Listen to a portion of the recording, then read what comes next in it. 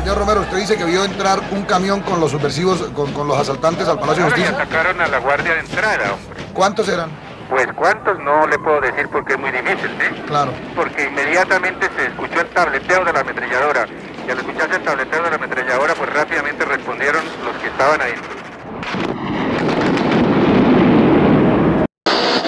Buenos días, buenas tardes, buenas noches. Sean bienvenidos a este espacio donde abordaremos uno de los episodios más determinantes y dolorosos de la historia reciente de Colombia: la toma y la retoma del Palacio de Justicia, ocurrida entre el 6 y el 7 de noviembre de 1985. Un evento que dejó aproximadamente 100 fallecidos, múltiples desapariciones y profundas controversias sobre la responsabilidad política y militar de quienes estaban a cargo en este momento. El día de hoy tendremos un espacio de debate donde dos invitados especiales nos acompañarán. Primero, Juan Carlos Salcedo, ex coronel de las Fuerzas Militares y actualmente profesor de la Escuela Superior de Guerra. Y también Óscar López, periodista con más de 3 décadas de experiencia, quien nos acompaña desde Cali, quien ha sido también ganador de múltiples premios. Hoy discutiremos 5 ejes fundamentales: la planificación de la toma, la actuación militar, la seguridad previa, los posibles actores externos y la deuda con la verdad y las víctimas. Para comenzar este espacio, tenemos que dejar en claro que cada uno de los invitados contará con 3 a 5 minutos para poder responder. Y sin más preámbulos nos preguntamos, ¿qué evidencia sólida existe hoy sobre los objetivos reales del M-19 en la toma del Palacio de Justicia? Para Óscar, arrancamos hablando con Óscar. Desde la visión periodística, ¿qué documentos o testimonios permiten reconstruir la preparación de la operación? Un saludo para todos desde la ciudad de Cali. Muchas gracias por invitarnos a este debate. Bueno, respecto a esa pregunta de los documentos o testimonios que reconstruyen la preparación de la operación, hay una serie, digamos, de documentos internos del mismo gobierno del Estado, como el Plan Tricolor 83, memorandos de inteligencia y el informe sobre la seguridad del Palacio. Y hay registros de comunicaciones entre agencias de inteligencia y el M-19 y testimonios de militares, miembros del M-19 y sobrevivientes. Como les decíamos, este es el Plan Tricolor 83, es un plan de defensa nacional del ejército colombiano de ese año. Es un documento clave para entender el contexto militar de la época. Recordemos que el M-19 era una guerrilla que había irrumpido especialmente con el secuestro de un líder sindical a quien asesinaron, José Raquel Mercado, y venía haciendo durante esa década de los 80, digamos, como presencia con diferentes acciones, digamos, con algún tipo de significancia, y pues realmente hasta que ya aparece con este comando armado pues en la toma del Palacio de Justicia, tal vez la acción más osada que se les conoció en todas sus dimensiones hasta esa fecha. Había, antes de la toma, hubo memorandos, comunicaciones internas del ejército que alertaban a otras agencias de inteligencia sobre posibles planes del M-19 de tomar el Palacio de Justicia.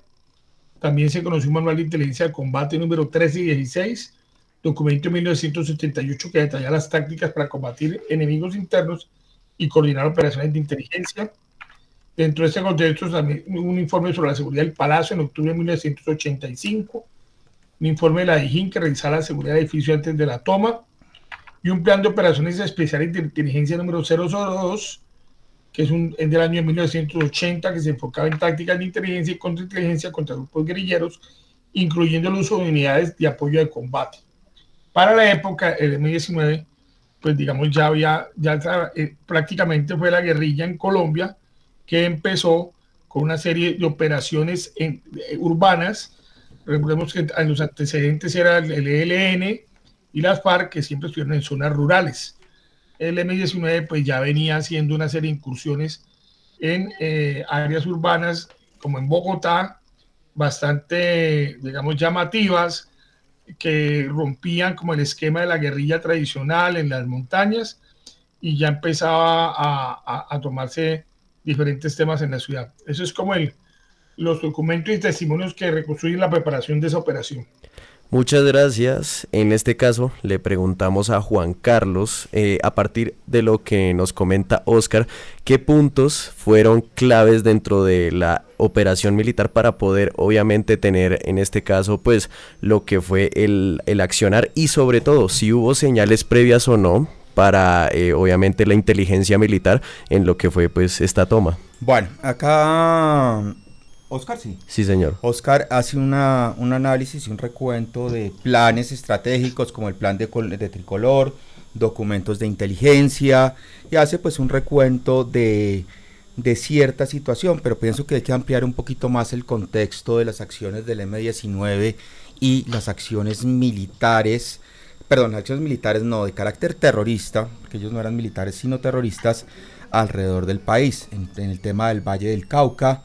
Sí, tenían una constante presión a nivel urbano, también habían ejercido una presión. A mediados de octubre ellos atacaron la caravana del comandante del ejército, el general Zamudio Molina, el cual resultó herido, y habían unas alteraciones del orden público. Además, toda esta situación de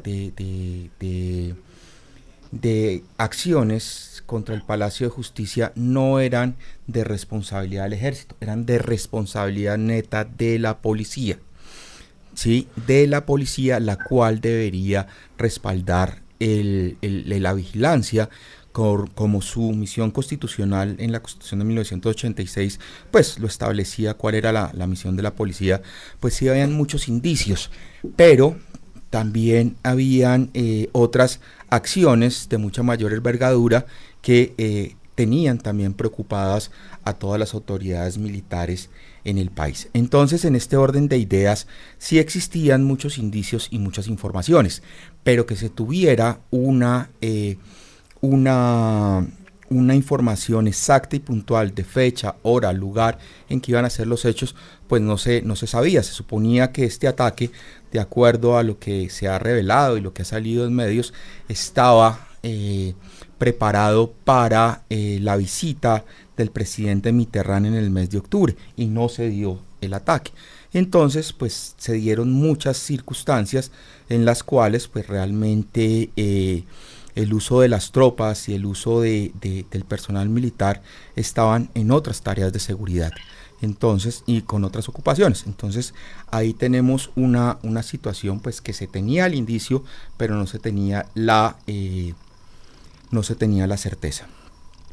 Y siguiendo con la línea, para Óscar, ¿qué peso, a partir de lo que se ha investigado desde el periodismo, porque aquí lo que vamos a hacer es una mirada periodística, posteriormente una mirada desde el énfasis militar, pero qué peso tuvo la hipótesis, o pues para muchos realidad, de que la intencionalidad principal del M-19 fue la destrucción de expedientes judiciales? Bueno, gracias. Hay un antecedente que quiero, antes de empalmar la pregunta anterior con esta, que es la toma de la Embajada Dominicana en 1980, de la República Dominicana, en la carrera 30 de Bogotá. Tenemos algo muy particular. La casa que estaba justo detrás es la casa de mis abuelos, era la casa, porque ya no existe, de mis abuelos paternos. Luego vivimos toda la situación del secuestro, porque mi abuelo no quiso salir de la casa. Tenía muchas antigüedades, era un melómano coleccionista reconocido en Bogotá, de coleccionista de discos, y no quiso salir nunca de la casa, y compartió todo ese tiempo con diferentes entidades de inteligencia. Eso creo que es un antecedente grande de lo que sería la toma que ellos iban a posteriormente adelantar en el Palacio de Justicia. Creo que inicialmente la toma no fue dimensionada con que fuera un objetivo claro de destrucción de expedientes judiciales en primera instancia. Después ya tuvo un peso más considerable con respecto a las investigaciones del narcotráfico y su conexión con el conflicto armado.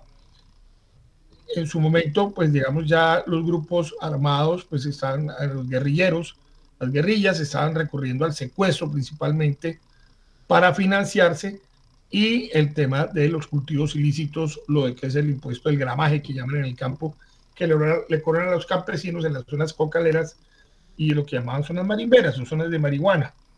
Entonces ya había una conexión, y cuando ya se da el tema de la hipótesis de la pérdida física de los archivos, debido al incendio y la falta de pruebas materiales para resolver los casos. Recordemos que esto fue hace 40 años, no había la tecnología que hay ahora, y finalmente fue un golpe en el corazón de la justicia colombiana, porque buena parte de los archivos, todas las investigaciones de narcotráfico fueron incineradas. Se perdió la evidencia física. Con el incendio se destruyeron documentos claves que podrían haber sido cruciales en investigaciones, incluyendo información de esos vínculos financieros del crimen organizado. Recordemos que en esa época los carteles del narcotráfico estaban empezando su mayor evolución de inversiones, tenían un lavado de activos gigantesco en empresas, aquí en Cali, por ejemplo, el denominado cartel de Cali. En esa década fue la época del resplendor, por ejemplo, entre comillas, del narcotráfico. Igual pasaba en Medellín, igual pasaba en Bogotá, porque en Bogotá también había carteles de narcotráfico, y todos estos carteles, tanto el de Cali como el de Medellín, tenían allá inversiones, tenían conexiones, y sobre todo cuando empiezan a meterse en el tema político. Entonces, todas esas evidencias y todas esas investigaciones fueron incineradas, y se va reforzando la hipótesis de una imposibilidad de encontrar pruebas físicas, porque los documentos originales se prendieron. La destrucción de expedientes ha dificultado o imposibilitado la completa resolución de algunos casos. Hubo muchos de esos casos que quedaron prácticamente a mitad de camino, sin una falla judicial, y las pruebas y todo esto se destruyó, y creo que la hipótesis, después de la destrucción de expedientes judiciales, pues ha sido contundente. Listo, Oscar. Para conocimiento de nuestros oyentes, pues off the record estuvimos hablando también con Juan Carlos respecto a lo que fue justamente esto, y para muchos dentro de la estructura del ejército sí hay contundencia de que fue en búsqueda de eso. ¿Por qué esa afirmación? Bueno, entonces hay temas, pues digamos que está claro, declaraciones de Popeye, declaraciones por distintos fuentes del crimen organizado, hablaban sobre la intención de Pablo Escobar de la destrucción de los expedientes, pero esta destrucción de los expedientes, como lo manifestaban o lo han manifestado muchas instancias judiciales, pues digamos que era solamente una copia, y de resto estaban los juzgados y en los tribunales superiores antes de que llegaran a la corte. Entonces pues digamos que esto era un tema mucho más vinculado con el proceso de extradición. Recordemos, sí, y en estas épocas, y específicamente en estos meses, sí, 2-3 meses para atrás, se ha venido en la figura nacional un señor, Mauricio Gaona Cruz, hijo del magistrado Gaona, que ha hecho un proceso muy juicioso, ¿sí? Y ahí está documentado y está técnicamente probado en su página Manuel Gaona Cruz ORG, ¿sí? Todas las circunstancias y el interés que tenía el narcotráfico de acabar con los magistrados, tanto de la sala constitucional como de la sala penal, con el tema del tratado de extradición. Si ustedes miran los hechos militares y cómo se desplazaron las tropas o los guerrilleros o las células guerrilleras que fueron que lograron entrar al palacio, llegaron y cayeron sobre la sala penal. El presidente de la sala penal, que era el magistrado, el presidente de la corte, pues era el magistrado Echandía, pero Gaona Cruz y todos los miembros que tenían que ver con eso. Entonces acá vemos una intención directa del saboteo al núcleo de la justicia con el tema del Palacio. Esto se ha hablado mucho y se ha insistido mucho por algunas organizaciones periodísticas, por algunos colectivos, que el ejército tenía una cantidad de procesos sobre torturas o sobre abusos de temas que estaban en el Estatuto de Seguridad, pero lo único que puede haber relevante, y eso también lo describe Manuel Gaona Cruz, que en la sala tercera del Consejo de Estado había una investigación pendiente sobre algún tipo de caso, ¿sí? El cual el general Zamudio Molina se fue a notificar para iniciar las investigaciones internas dentro de la fuerza. Entonces, digamos que ese era el foco claro de la intención del Palacio de Justicia. Más que la quema del expediente, lo más importante eran los magistrados que iban a decir sobre el tratado de extradición y los narcotraficantes, que como muy bien habla Oscar López, ¿sí? Que nos referencia a Oscar López, tenían influencia y interés de que el tratado de extradición no se firmara, ¿sí? Y se diera pues el tránsito a un narcoestado. Bueno, ya con esto un poco más claro para nuestra audiencia también, vamos a pasar hacia otro lado, y es otro de los temas principales, los más señalados dentro de lo que ha sido este suceso, y es que en qué medida las decisiones del mando contribuyeron al número de víctimas y a los hechos que aún siguen sin esclarecer. Y es que le preguntamos primero en este caso a Juan Carlos justamente, y es ¿por qué el ejército optó por una intervención de fuerza pesada y qué protocolos existían para el rescate de los magistrados? Bueno, estamos hablando, es muy fácil hablar de un partido de fútbol y todos nos volvemos técnicos y todos tomamos decisiones y utilizamos las herramientas que tenemos en este momento para hacer ese análisis. Recordemos el año de 1985. Nosotros teníamos una fuerza que estaba entrenada para una guerra de lo que llamaríamos guerras de tercera generación, el uso de armas combinadas y el uso de la fuerza de los estados.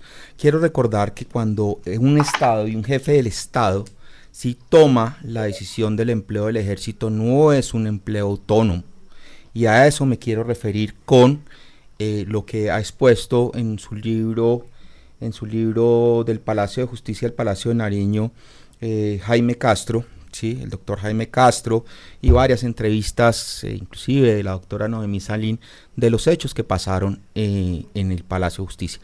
La decisión fue de carácter político, y acá me voy un poquito a lo teórico, donde hablamos de la guerra, y voy a referirme a Karl von Clausewitz, ¿sí? En su libro de la guerra, que la guerra es un acto político, y cuando, ¿sí? La guerra es la continuación de la política, ¿sí? Con la utilización de otros medios, no por la utilización de otros medios, sino con la utilización de otros medios, y en este caso es el uso de la violencia.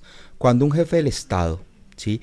Tiene una fuerza, esa fuerza no puede, ¿sí? Ser vencida, y tiene que utilizar el mayor poder ofensivo posible para aplacar la amenaza. Entonces, en la ciudad de Bogotá, ¿qué elementos teníamos? Si nosotros vamos a mirar, no teníamos tanques pesados, los tanques Urtú, ¿sí? Eran unos vehículos de reconocimiento liviano con un cañón de 90 milímetros, y teníamos, ¿sí? Las unidades de contraguerrillas. Cuando uno mira los informes de la Comisión de la Verdad y una cantidad de textos, ¿sí? Acá entró el señor mayor Frasica de la Escuela de Artillería, que fue uno de los verdaderos héroes que llegaron, hicieron el despeje habitación por habitación. Quiero ser también muy relevante y tener muy en cuenta ante el análisis que un tema, una situación en un ambiente urbano es 5 veces más difícil y más complejo que en un ambiente rural. Por muchas situaciones, el combate urbano es lo que ningún soldado quiere verse abocado. Nosotros no teníamos la preparación, el ejército, si bien habíamos tenido el tema de la embajada dominicana, que pues cuando Oscar hace referencia de que el papá, ¿sí? eran vecinos de la embajada dominicana, ¿sí? Al lado de la casa americana había un comando que fue entrenado durante ese tema para entrar, ¿sí? A la embajada americana. El presidente Turbay no lo miró, pero ese comando era un comando especial, ¿sí? Con cierto tipo de información. En este momento, ¿sí? Se dio una operación que tocó planearla en el momento, y entre más, si no se hacía rápidamente, ¿sí? Se daban unas ventajas y podían llegar unas consecuencias. Miremos que el M-19 no iba, sino por el Estado. Iba a enjuiciar al presidente con unos magistrados encañonados, rompiendo todo orden institucional. Entonces, ¿qué tocaba hacer? Entrar directamente al palacio, ¿sí? Hay los testimonios, ¿sí? De negociación entre el comandante de la policía y Otero, ¿sí? Otero, donde le dijo, entréguense, que nosotros acá, y él dijo que ellos llevaban esto hasta la muerte y que iban a acabar con los magistrados, que a la final fue lo que hicieron. Entonces, el ejército entró e hizo las maniobras militares deseadas. Y acá hay un tema de verdad, ¿sí? Que toca mirar. Acá siempre hemos hecho el reflejo y hemos mirado una situación judicial vista con una cantidad de normatividad de derechos humanos. Pero si vamos a mirar dentro de justicia penal militar y el análisis militar de la operación, no se ha hecho. Y no se ha hecho la verdad sobre los procedimientos y técnicas militares, ¿sí? una evaluación juiciosa de cómo se hicieron. Y tanto sería así que no murieron las 400 personas, ¿sí?, sino salieron 350 personas vivas. Es más, en el punto donde estaban los magistrados en el baño, salieron la mayoría, donde supuestamente habían 60 personas, salieron solamente, se dieron la muerte de 7 personas en esos baños. Entonces miren ustedes que también es un tema que hay que poner sobre la mesa y mirar, no desde la óptica de los derechos humanos, de la brutalidad, sobre el exceso de la fuerza, sino las condiciones que estaban en el momento y los medios que tenía el Estado y el presidente de la República para sostener la institucionalidad.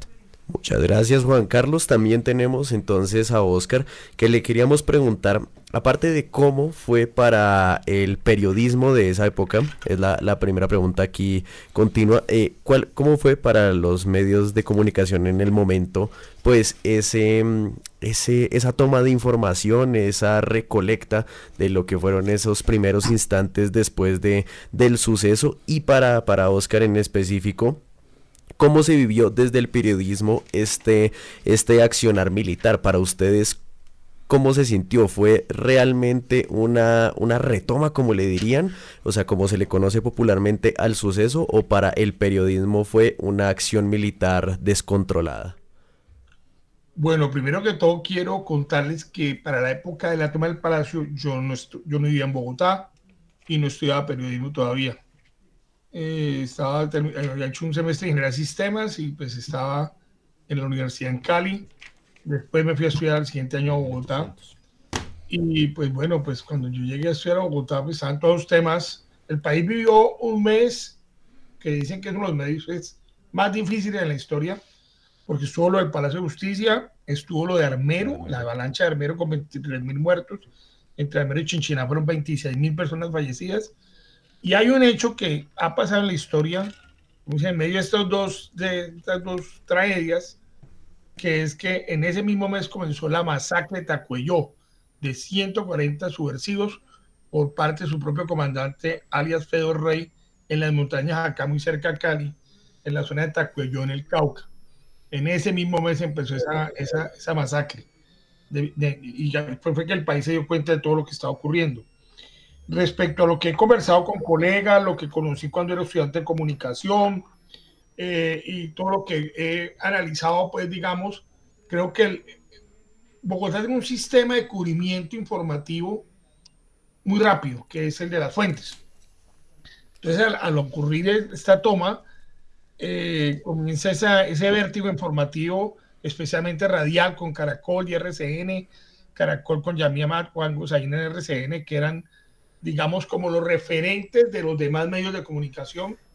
En ese momento el país tenía varios noticieros, no eran como hoy en día que eran canales de noticias, sino unas empresas informativas que alquilaban espacios en Radiovisión, en la televisión nacional. Y creo que sobre todo el tema de la inmediatez pues genera ese cubrimiento, digamos, de vértigo de la noticia, pero no había el análisis inicial y se fue quedando, digamos, el tema hacia el tema ya, digamos, de los hechos como tal. ¿Sí me entiendes? Una narrativa de una crónica de la violencia que después con el tiempo se ha vuelto una reconstrucción de una memoria histórica. Realmente creo que eso fue, digamos, el tema es que aquí en Colombia es un país que pasa una noticia y a los 3 días, creo que hoy en día es más rápido el tema por las redes, por la misma situación de los medios de comunicación, y a los 3 días ya hay otra noticia o al otro día hay otra noticia y esas noticias pasan. Lo acabamos de vivir en un atentado que hubo en Cali. La primera semana, un atentado en la base aérea, la primera semana todos los medios estuvieron ahí, al mes ya nadie volvió, yo tuve la oportunidad de volver. Yo soy especialista en seguimientos de noticias, me gusta hacerlo porque creo que no podemos dejar los temas a medias. Y yo creo que también el Palacio de Justicia estaba en efervescencia todo el tema y aparece la avalancha de Armero y eso hizo que pasara, no a un segundo plano, pero sí ya bajó completamente la información. Ya los micrófonos y las cámaras se volcaron hacia Armero, comenzando porque además no pudieron entrar inmediatamente, ocurrió, no es como ahora, no había esas capacidades tecnológicas, inclusive el material a veces tocaba mandarlo. Lo mismo ocurrió con las condiciones tecnológicas, eran muy diferentes hace 40 años. Entonces en esa época se grababan los cassettes y se mandaban directamente, que eran cassettes de un formato que llamaban 3/4, y se mandaban a los noticieros con los mensajeros. O sea, era otro tema, y creo que eso marcó también las condiciones para el mismo tema del cubrimiento de la toma del Palacio.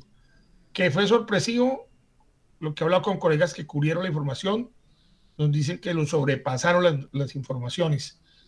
Que se pudiera calificar como una retoma, como una incursión militar, no puedo hablar por todo un gremio, porque es un gremio muy grande. Creo que cada uno de los periodistas que cubrió la información puede tener su opinión sobre las condiciones que se dieron. Listo, muchas gracias. En este caso, Oscar, aquí tuvimos una pequeña interferencia.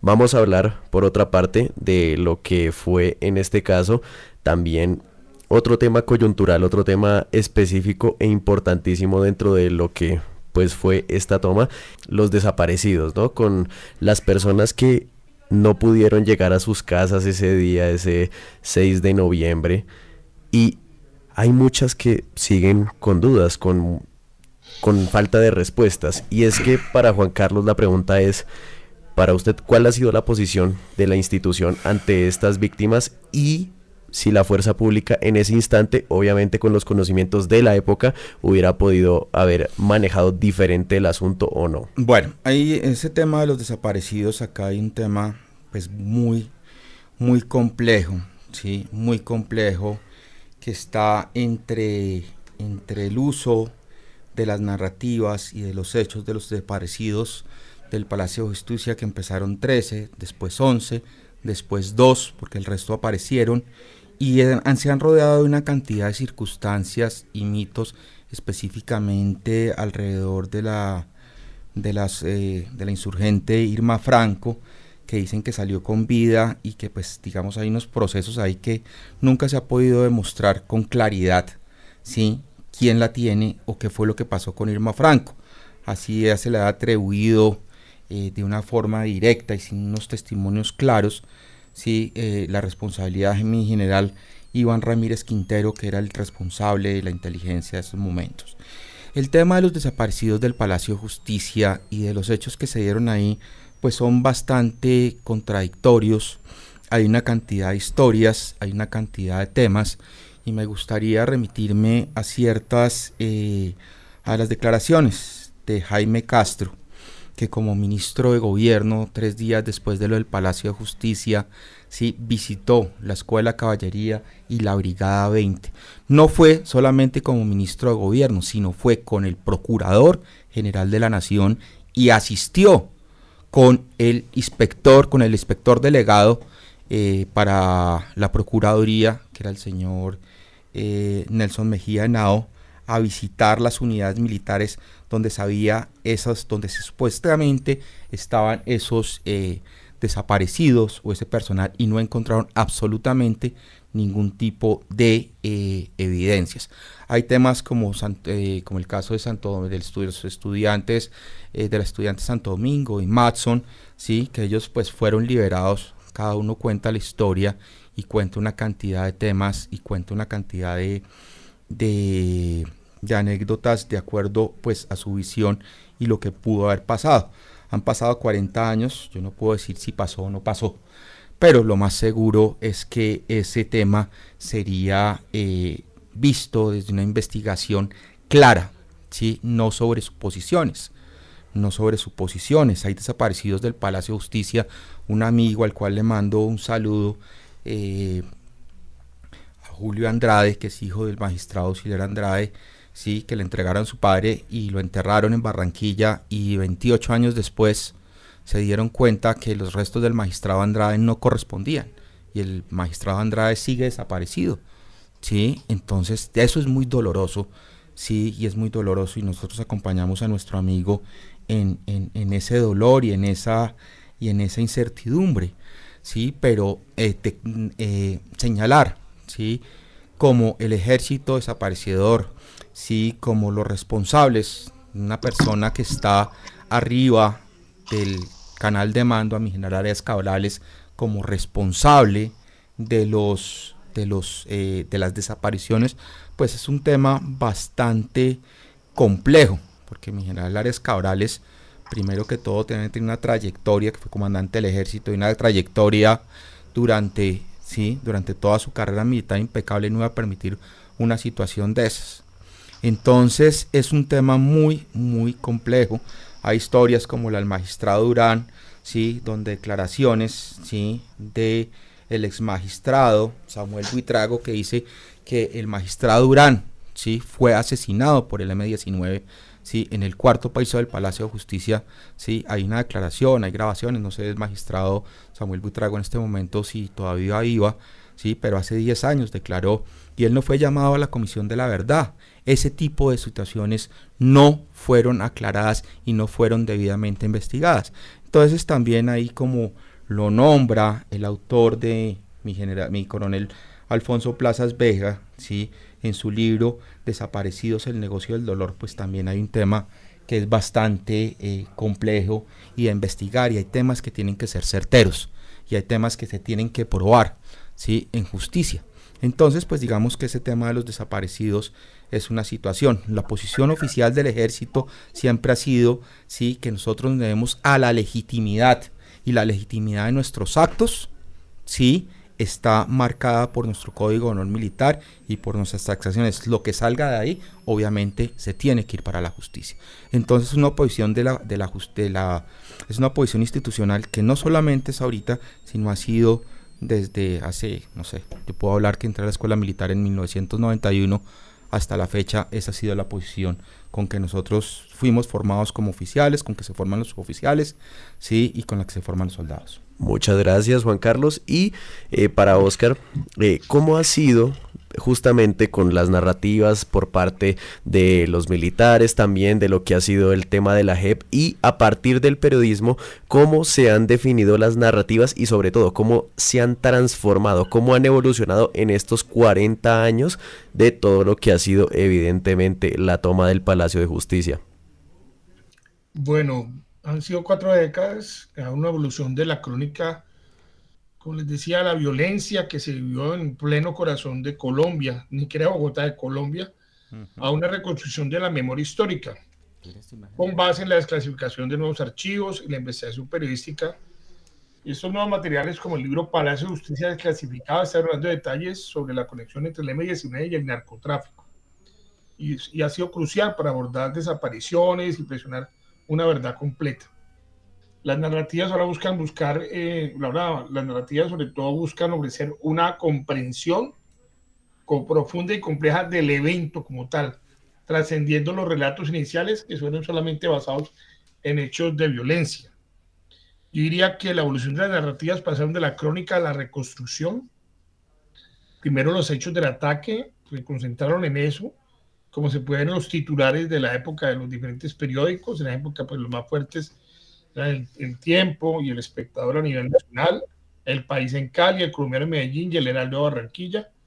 Y con el paso del tiempo se ha pasado a una fase de reconstrucción de la memoria, analizando el evento a través de diversas expresiones y las investigaciones minuciosas. Ya tenemos, por ejemplo, investigaciones muy importantes como las que hizo Daniel Coronel con Noticias 1, por ejemplo. Valdría la pena recomendarla para las personas que quieran hacerle un seguimiento al tema periodístico.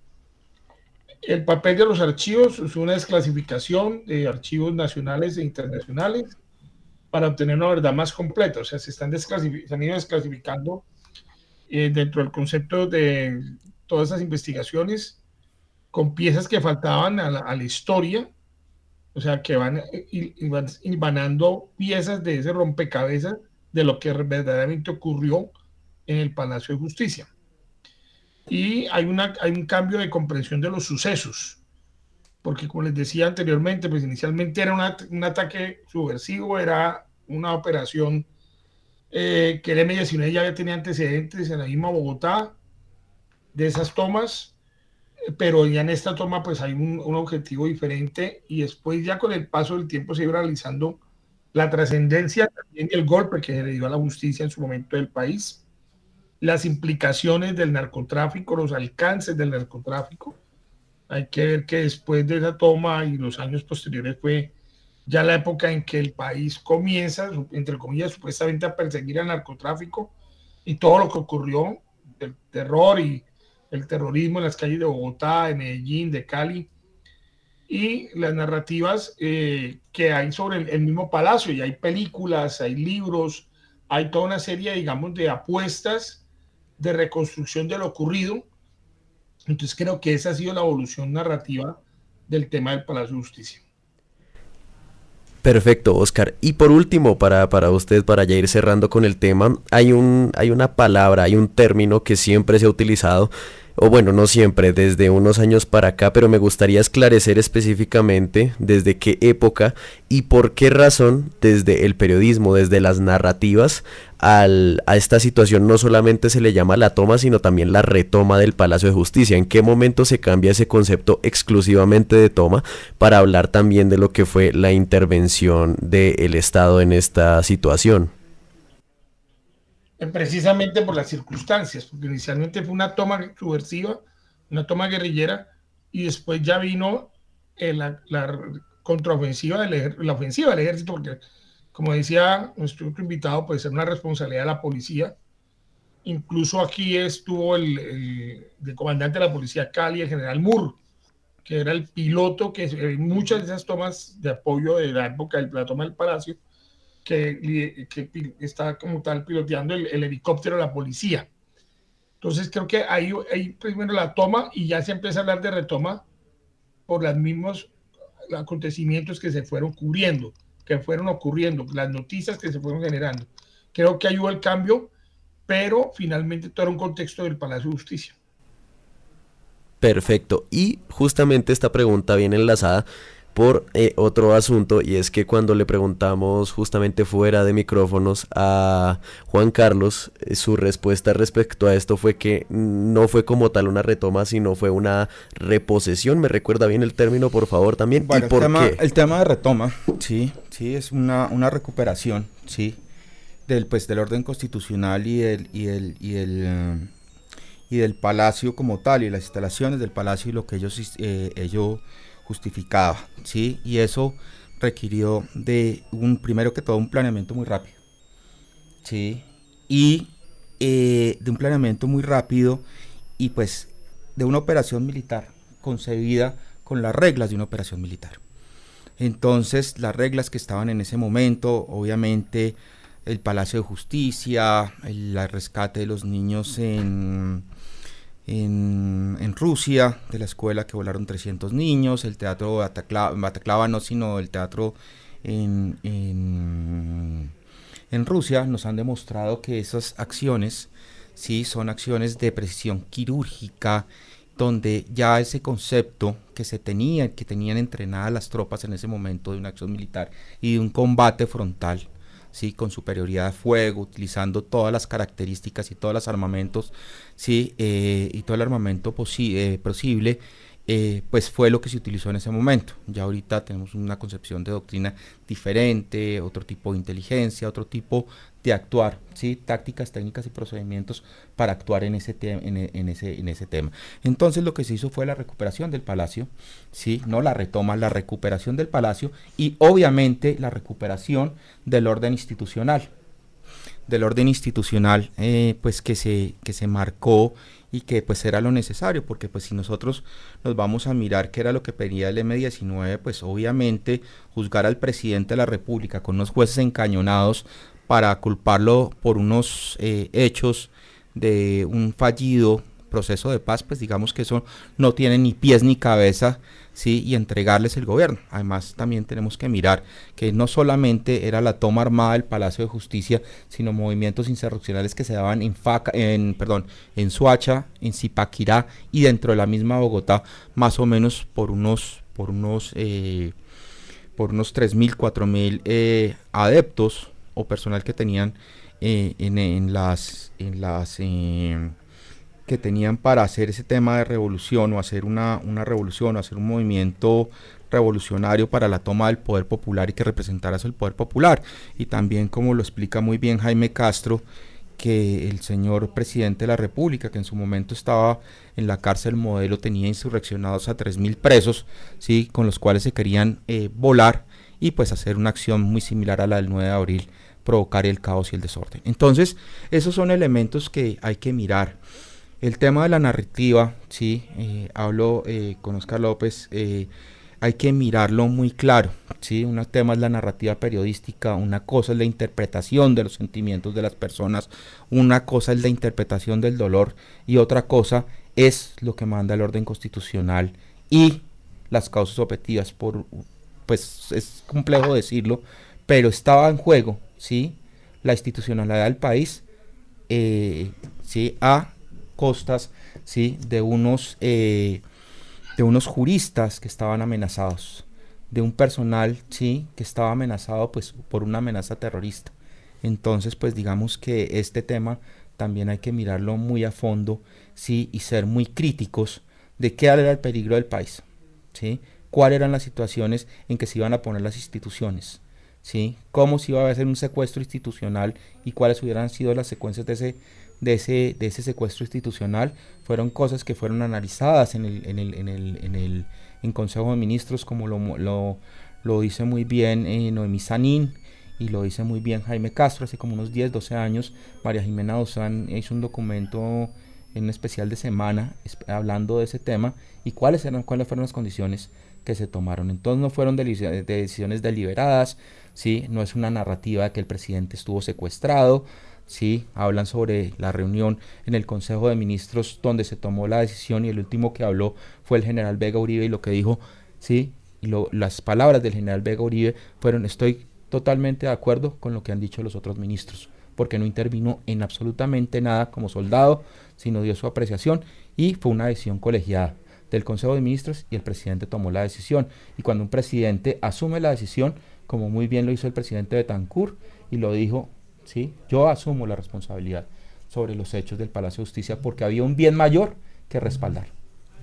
Bueno, muchas gracias tanto a Oscar como a Juan Carlos. Este fue este espacio de debate. Les agradecemos de verdad a cada uno de ustedes por sus participaciones. Como les comenté, pues la intención de este espacio era tener por un lado cómo se vio esta situación de orden público a nivel periodístico y a nivel militar, de cómo se llevó a cabo esta situación.